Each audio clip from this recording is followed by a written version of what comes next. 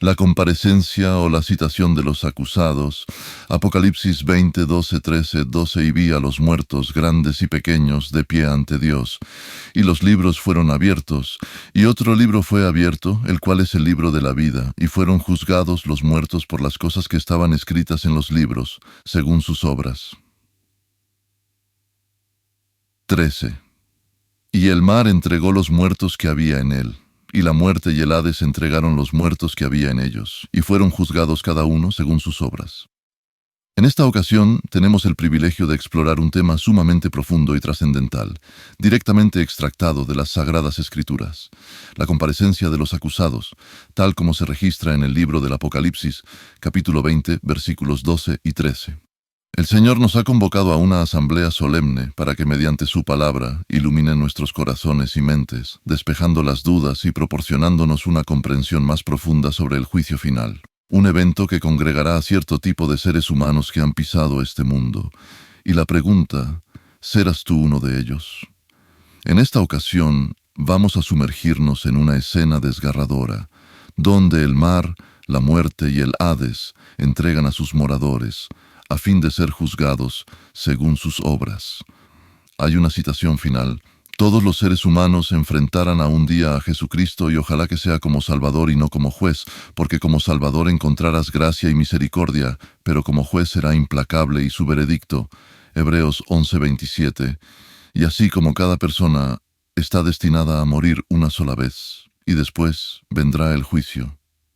El gran Creador, el gran juez del universo, citará a los hombres, por eso es mejor como Salvador y no como juez.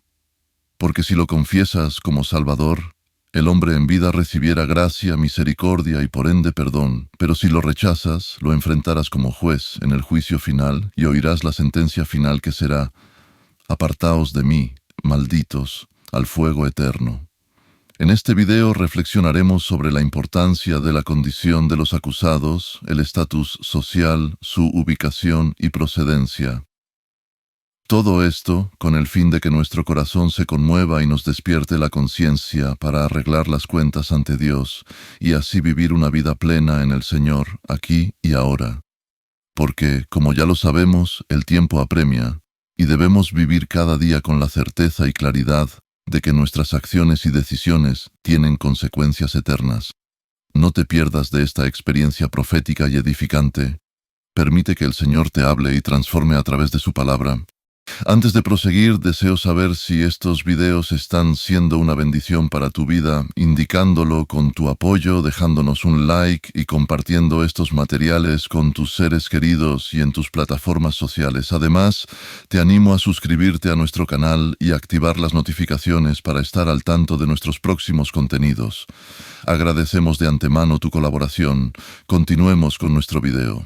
Los que están compareciendo en esta citación final son primeramente aquellos que se encuentran en una condición espiritual específica.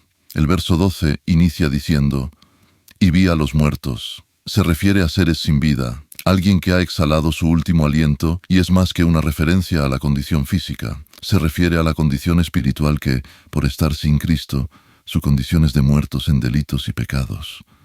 La epístola a los Efesios dice: y Él os dio vida a vosotros cuando estabais muertos en vuestros delitos y pecados, en los cuales anduvisteis en otro tiempo, siguiendo la corriente de este mundo, conforme al príncipe de la potestad del aire, el espíritu que ahora opera en los hijos de desobediencia, entre los cuales también todos nosotros vivimos en otro tiempo, en los deseos de nuestra carne, haciendo la voluntad de la carne y de los pensamientos, y éramos por naturaleza hijos de ira, lo mismo que los demás. Los muertos a los que se refiere Juan aquí, en el pasaje de Apocalipsis 20:12, cuando dice «y vi a los muertos», son todos aquellos que no tienen parte en la primera resurrección, es decir, se limita a personas no redimidas. La Biblia nos habla de dos resurrecciones, no porque una antecede a la otra, sino que se la clasifica como primera resurrección, a la que tiene que ver con vida, con bendición, con gracia. Pero la segunda resurrección es de vergüenza, de confusión, resurrección de muerte, de condenación. Daniel 12:2 dice: Y muchos de los que duermen en el polvo de la tierra serán despertados, unos para vida eterna y otros para vergüenza y confusión perpetua. Juan 5:29 dice, y los que hicieron lo bueno saldrán a resurrección de vida, mas los que hicieron lo malo a resurrección de condenación. Cuando el pasaje sagrado nos dice «y vi a los muertos», hace referencia a las personas que murieron en sus delitos y pecados, aquellos que vivieron solo para seguir la corriente de este mundo, los que solo vivieron para satisfacer todos sus deseos carnales. Hace referencia a los que no nacieron de nuevo, es decir, los que rechazaron a Jesucristo como el Señor y Salvador de sus vidas. En el segundo plano de esta escena cósmica, emergen aquellos convocados a la reunión final, trascendiendo las barreras de estatus social que una vez fragmentaron la humanidad. Como las líneas trazadas en el firmamento, Apocalipsis 20:12 nos sumerge en un océano de igualdad. Y vi a los muertos, grandes y pequeños. Una declaración que trasciende las fronteras del tiempo y el espacio, arrastrando consigo la esencia misma del juicio final. En este tribunal celestial, las distinciones terrenales se desvanecen en el resplandor de la verdad universal. Cada palabra, un pétalo de la flor de la eternidad, revela la esencia misma del juicio divino. No hay casta ni título que pueda blindar al alma del llamado ineludible.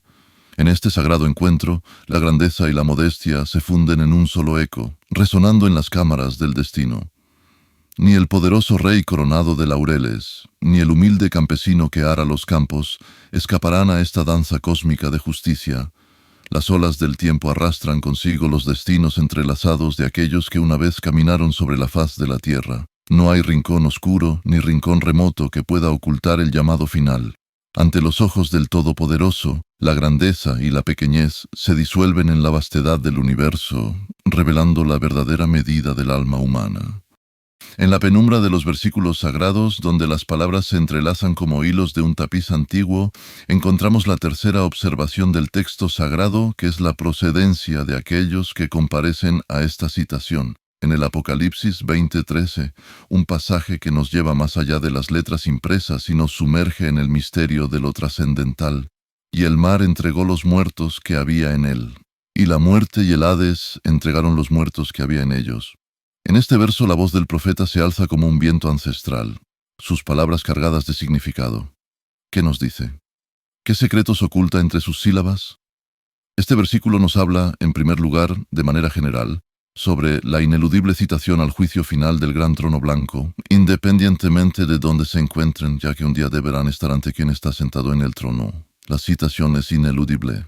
El gran trono blanco aguarda, imponente, en el escenario del juicio final. El tiempo, ese tejedor de historias, no puede eludir su destino.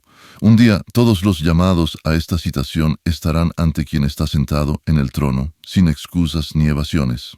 De manera específica, la segunda cosa a la que debemos prestar atención es lo que dice el texto sobre la procedencia de aquellos citados a este juicio. El mar entregó los muertos que había en él. ¿Qué significa que el mar entrega a sus muertos? Esto representa el lugar de los cuerpos sin enterrar. El mar, vasto y profundo, entrega sus secretos. Los cuerpos sin enterrar emergen de sus aguas. ¿Por qué? Porque hay alguien que conoce cada rincón de las profundidades, alguien que no olvida.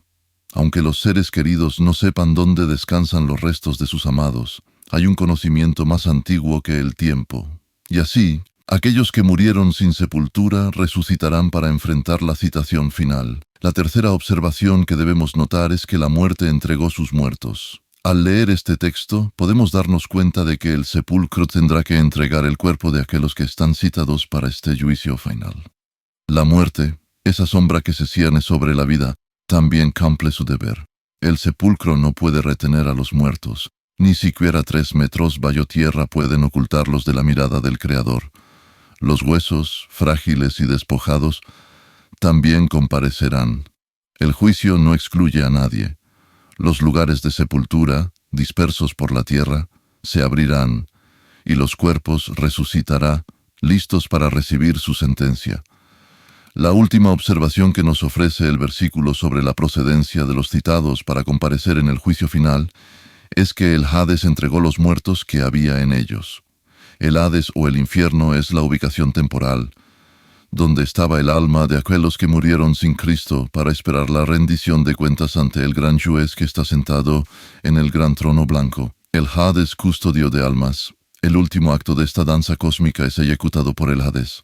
Desde las profundidades entrega a los muertos. ¿Quiénes son estos? ¿Qué historias guardan?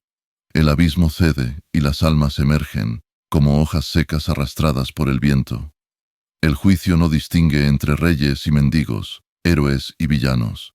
Todos comparecen ante el gran trono blanco. Así, en la cadencia de las palabras sagradas se revela la verdad. La citación final no es una opción, sino una certeza. El mar, la muerte y el Hades cumplen su papel en este drama eterno.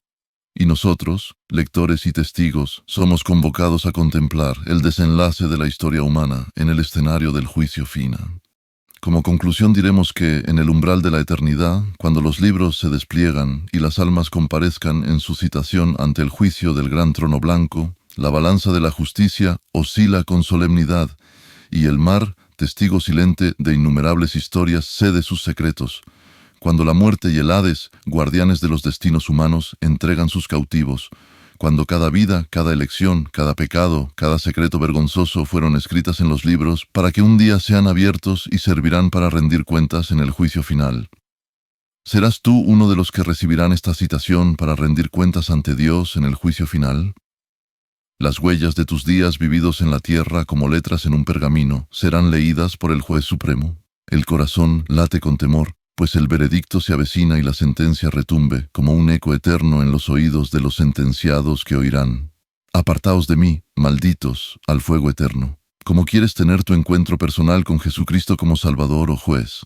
La dualidad divina se despliega ante ti, la gracia extendida a los arrepentidos, la misericordia para los quebrantados, pero también la implacabilidad del juez, la justicia sin velos para todos aquellos que rechazaron a Jesucristo como su Señor y Salvador de sus vidas. Tú debes elegir cómo enfrentarlo.